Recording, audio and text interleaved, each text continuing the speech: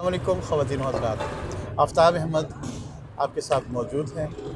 आज हमारा जो प्रोग्राम है वो इंतहाई अहमियत का है।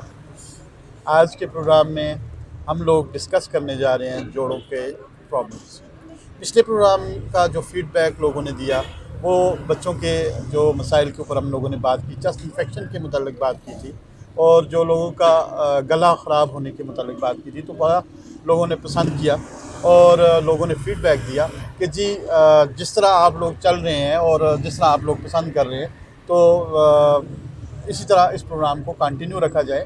और इसी पे हम लोग हमारे साथ जो हकीम साहब मौजूद हैं, हकीम शेख एहतशाम साहब हमारे साथ मौजूद हैं। हकीम साहब आपको सबसे पहले खुशामदीद। बहुत शुक्रिया। और उसके बाद जो सवाल मेरे पास आए हैं उनके मतलब आपको बताता चलूँ, स्पेशली बुज़ुर्गों के जो मसाइल आए हैं उनकी तरफ से। मेरे अपने चचा ने मुझे ये सवाल किया था, आप जो प्रोग्राम देखा उन्होंने सवाल किया था कि जी मेरे जो जोड़ों में दर्द है वो मैं दवा खाता हूँ तो ठीक रहता हूँ, दवा छोड़ता हूँ तो दर्द शुरू हो जाता है। तो इसके बारे में आप कुछ बताएं। औज़ुबिल्लाहि मिनश्शैतानिर्रजीम, बिस्मिल्लाहिर्रहमानिर्रहीम। तमाम देखने वालों को, सामीन इकराम को सलाम। आफ्ताब भाई, ये जो आप अमूमी हमारे माशरे का एक दर्द और रोग बता रहे हैं, ये हमारी लिविंग या माशरत की तौर पे जो जिस तरह हम लोग ज़िंदगी गुजार रहे हैं उसके अंदर ये सारी चीज़ें होंगी। हम लोगों को बैठने का वो एंगल, वो तरीका, वज़न उठाने का, जवानी होती है पता नहीं लगता, वज़न जैसे मर्ज़ी उठा लेते हैं, कोई इक्विपमेंट्स, कोई कोशंस नहीं लेते उसके लिए। तो वो एक तो वो कुछ जो ही आदमी 35-40 साल का होता है तो उसे ये तकलीफ़ें होनी मुब्तला हो जाती हैं, जिसमें एक फ़रबा होना, ओबीज़ होना, मोटापा होना एक वजह है। दूसरा ग़िज़ाएँ। अमूमी तौर पे हज़ारा डिवीज़न में हम लोग छोटे गोश्त से ज़्यादा बड़े गोश्त को प्रेफर करते हैं, और वो बड़ा गोश्त गाय का हो, भैंस का हो। अमूमी तौर पे इन ग़िज़ाओं से चावल बहुत पसंद किए जाते हैं, पानी और बादी वाली अशिया ज़्यादा पसंद की जाती हैं। इसकी वजह से ये प्रॉब्लम हमारे माशरे में होना कोई इतनी ज़्यादा तेज़ी से फैल रहा है और इतनी आम बात हो चुकी है कि इस पे बारहा बात की जा सकती है और बारहा इसके मसाइल दूर किए जा सकते हैं। तो इसके लिए आपको पहले तो प्रिकॉशन सुन लें कि पहले आप अपनी ज़िंदगी में, जब नौजवान लोगों से ख़ास तौर पे रिक्वेस्ट है कि वो वज़न उठाते हुए अपना पोस्टर सीधा करके रखें, पूरा ज़मीन पे बैठे, अपने घुटने बेंड करके, और फिर वो वेट लिफ्ट करने की कोशिश करें। सीधा अमूदी जिस तरह रुकू में जाते हैं उस तरह वो वज़न उठाने की कोशिश ना करें। अच्छा। आर्थराइटिस की बीमारियों में अमूमी वजह जो होती है, या ये नुक्रस वजुल मफासिल में छोटे जो जोड़ों का दर्द होता है नुक्रस, उसमें अमूमन ग़िज़ा का बहुत अमल दाखिल होता है कि हम बादी अशिया खा रहे हैं, चने बहुत कसरत से, लोबिया बहुत कसरत से, चावल बहुत कसरत से, इस तरह बड़े गोश्त का कसरत से इस्तेमाल, ये आपका यूरिक एसिड बढ़ाने में या आपके जोड़ों के दर्द में तकलीफ़ देने में बहुत ही ज़्यादा बड़ा पेशखामा साबित होता है। और ये वक्त गुज़रते गुज़रते आप फिर इसकी परमानेंट उस गिरफ्त में आ जाते हैं। तो ये जो यूरिक एसिड है ये जोड़ों को मुतासर कर रहा होता है। जी जी, इसकी यूरिक एसिड कुदरत ने जोड़ों की ऊपर वाली झिल्ली के साथ जितने भी एक्स्ट्रा चीज़ें हैं वो ख़त्म करने के लिए, एक्स्ट्रा चर्बियाँ ख़त्म करने के लिए, ताकि उनके अंदर स्मूथनेस रहे और वो ना बढ़े। लेकिन अगर वो एक ख़ास हद से बढ़ जाता तो ये आपके कॉटिलेज, जो जोड़ों के ऊपर अल्लाह करीम ने ख़ास किस्म की चर्बी की तय रखी होती है, वो ख़त्म कर रहा होता है। और फिर ग्राउट और वो गंठिया, जो मतलब जिस तरह जोड़ आपके छोटे जोड़ टेढ़े हो रहे होते हैं, पैर अमूमन घुटने की हड्डियाँ टेढ़ी हो जाती हैं इस तरह। और इसमें अगर आप बात करें तो फिर एक पॉपिंग नीज़ का एक मसला है, मतलब जिस तरह घुटनों की उठने बैठने में घुटनों में तकलीफ़ होती है और एक ख़ास टक हड्डी की आवाज़ आती है, उसके लिए भी एहतियात ये है कि आप जो है वो ये ऊपर वाले थाइस के मसल और नीचे शेन के मसल, मतलब ऊपर ये रानों के मसल और नीचे आप पिंडलियों के मसल ऐसे डेवलप करें कि इन पे अगर खुदा न खास्ता आपका वज़न ज़्यादा भी है तो ये मसल इतने स्ट्रॉन्ग हो के आपकी हड्डियों पे कम बोझ डालें, क्योंकि उठते हुए आप जब किसी सीट पे बैठे हुए या सीढ़ियों पे चढ़ते हुए तो आपकी वज़न का 4 गुना हिस्सा जो है वो आपके घुटनों पे मुतासर करता है मुतासिर कर होता है। तो वज़न बराबर रखें, ग़िज़ाओं में एहतियात करें।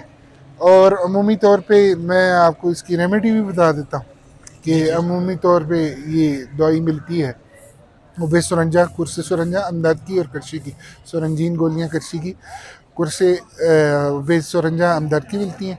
दो अमूमी तौर पे बरतरीज आपका वज़न और उम्र के साथ 40 साल से ज़्यादा के लोग दो सुबह शाम खाएँ पानी के साथ, और इसके साथ माजून सुरंजा रात सोते हुए दूध के साथ खाएँ। ये करशी की, अमदद की, आफ्ताब करशी की, अजमल की, काफ़ी सारी अथेंटिक कंपनियों की दवाई आती, ये इस्तेमाल करें। ग़िज़ा में मुतदिल ग़िज़ाएँ इस्तेमाल करें, सब्ज़ियाँ भी खाएँ, गोश्त का एक थोड़ा पोर्शन भी लें, मुर्गी भी इस्तेमाल करें, मछली भी खाएँ। इस्तेमाल करें, बिल्कुल। अच्छा, मुझे आप ये बताएं, जिन लोगों को ज़ियाबतीस है, शुगर के अमराज, जिन लोगों को मर्ज़ हो चुका है, उन लोगों को ये प्रॉब्लम बहुत ज़्यादा रहती है कि अक्सर जो होता है ये हाथों में दर्द रहता है।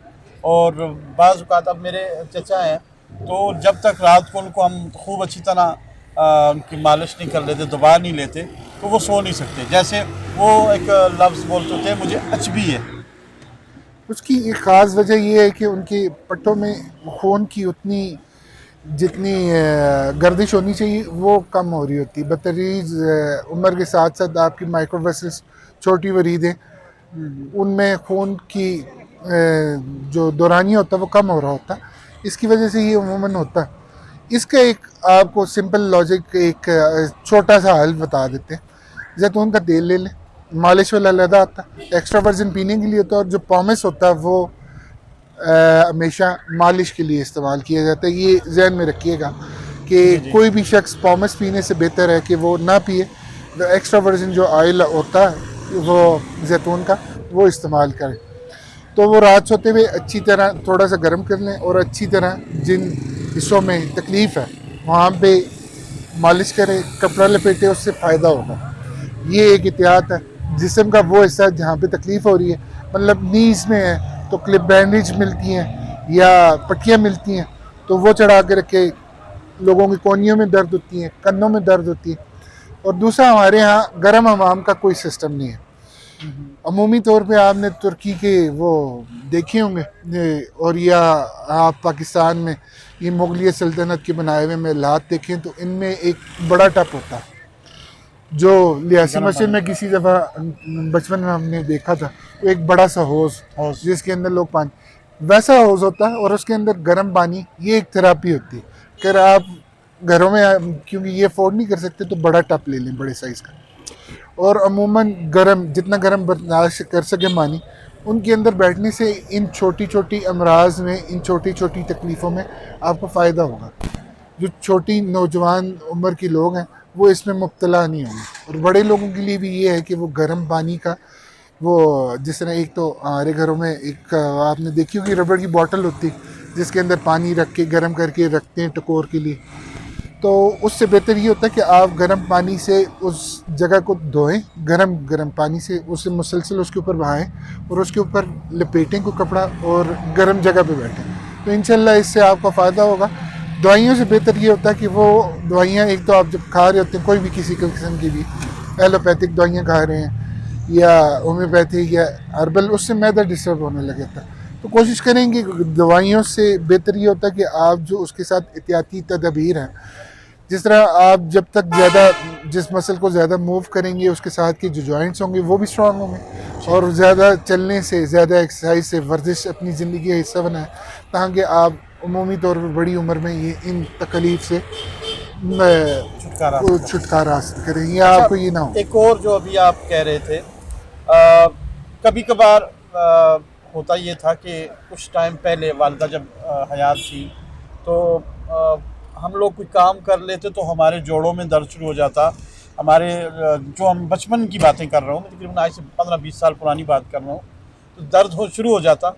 तो जब हम लोग घर जाते तो वालिदा होती तो कहती कि बेटा बाल्टी में ज़रा नमक डाल देना, नमक वाले पानी के साथ नहा लो, गर्म पानी में नमक डाल लें उसके साथ नहा लें, तो ये इसके बारे में आप ये मैं अमूमी यही आपको ये बता रहा था कि गर्म गुस्ल जो है ना वो इन दर्दों के लिए बड़ा फ़ायदेमंद है। नुकसानी तो नहीं होता? नहीं, कतई नहीं होता। और रोज़ करने से तो शायद कोई मसला हो सकता है, जिस तरह खुश्की हो जाती है जिस्म पे, लेकिन महीने में 1-2 दफ़ा ऐसा करने से कुछ नहीं होता। और ये करना चाहिए, अमल बेहतर है कि गर्म पानी से एक तो स्वेलिंग उतर जाती है। अच्छा। और दूसरा जो वर्म है वो तहलील हो जाते हैं गर्म पानी की वजह से। मसल्स के अंदर या जो आपकी बाफ्तें हैं उनके अंदर जो सोजन है वो गर्म पानी की वजह से खून का दौरानिया तेज़ होता, तो उससे बेहतर हो जाती है।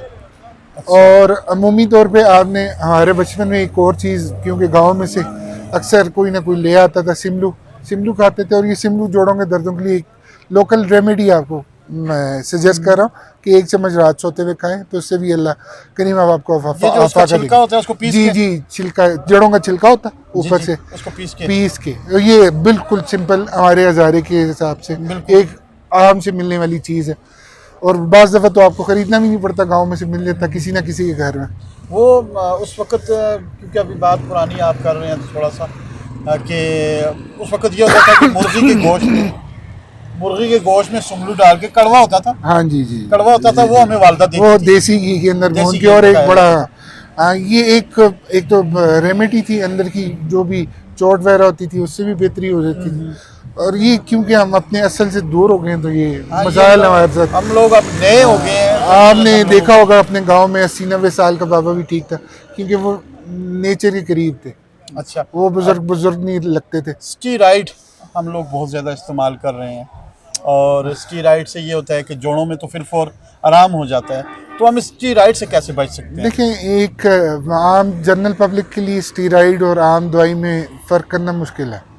तो आप कोशिश करें कि एक अथेंटिक आदमी के पास जाएँ, एक मुस्तनद हकीम या डॉक्टर, एलोपैथिक डॉक्टर या होम्योपैथिक डॉक्टर के पास जाएंगे तो वो अमूमी तौर पे इस चीज़ का एहतियात करता है कि वो आपके गुर्दे, जिगर, मसाना या आपके जिस्म के किसी भी पार्ट को इस दवाई के थोड़े से फ़ायदे के लिए ख़राब ना करें।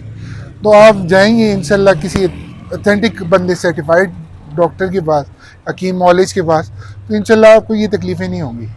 अच्छा, आखिरी सवाल, आपको पता है कि आखिरी सवाल हम कमेंट्स के ऊपर करते हैं कि हमने लास्ट प्रोग्राम किया था सर्दियाँ आ रही हैं, तो उसमें हमारे पास जो सवाल आया है वो ये है कि हम बच्चों को कर लेते हैं, तेल की मालिश कर देते हैं या वो बाम वगैरह लगा देते हैं, उसके साथ भी बच्चे बेहतर हो जाते हैं।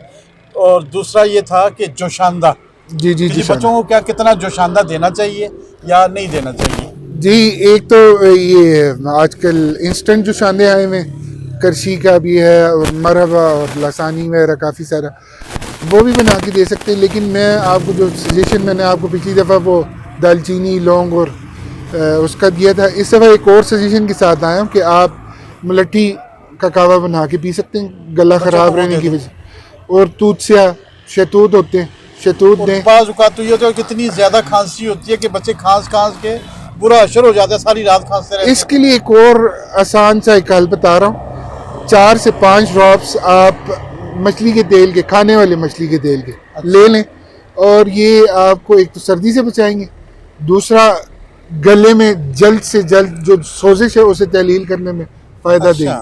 और ये जोड़ों के दर्द के लिए लोग खा सकते हैं अखरोट का तेल, अलसी का तेल और मछली का तेल मिकदार के हिसाब से। अलसी का आप मुझे बता रहे थे उस दिन कि जी अलसी जो है वो जोड़ों के दर्द के लिए बहुत ज़बरदस्त है, उसका क्या सुपर फूड है ये, जिस तरह लोग आजकल काफ़ी सारे सुपर फूड्स की बात करते हैं। 1 चम्मच ले के ऊपर पानी के साथ, इस तरह दूध के साथ ले सकते हैं। इसकी वैसे पिनियाँ मिलती हैं, वो डाल के पंजाब का एक कल्चर है कि वो एक इसका हलवा भी बना के खाते हैं।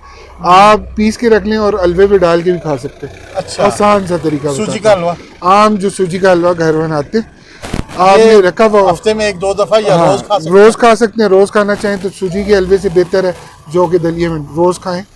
तो 2 चम्मच उसे मिक्स कर लें और वो दलिए के अंदर मिक्स करके खा लें, उसका अमेज़ा बना के, और ये आपके जोड़ों के दर्द के लिए और उसके लिए बहुत बेहतरीन। आज का प्रोग्राम बहुत ज़बरदस्त रहा और यकीनन आपने सुना होगा और बहुत सारी चीज़ें आपके लिए भी और मेरे लिए भी, मैंने बहुत कुछ सीखा आज के प्रोग्राम में। यकीनन आपने भी बहुत कुछ समझा होगा, बहुत कुछ सीखा होगा। अगला प्रोग्राम हमारे पेट के अमराज और स्पेशली जो दूसरा प्रोग्राम होगा वो होगा क्या प्रोस्टेट प्रोस्टेट के ऊपर अदाकदामिया में इंशाल्लाह प्रोस्टेट के ऊपर बात करेंगे। अगर आपके पास कोई सवाल है प्रोस्टेट के हवाले से तो हमें कमेंट्स में ज़रूर बताइएगा कि आपके साथ क्या प्रॉब्लम है। तो इंशाल्लाह अगले प्रोग्राम में हम अकील साहब के साथ प्रोस्टेट के मुताल्लिक़ बात करेंगे। इन्हीं अल्फाज के साथ आफ्ताब अहमद को इजाज़त दीजिए। अल्लाह सोने दे वाले।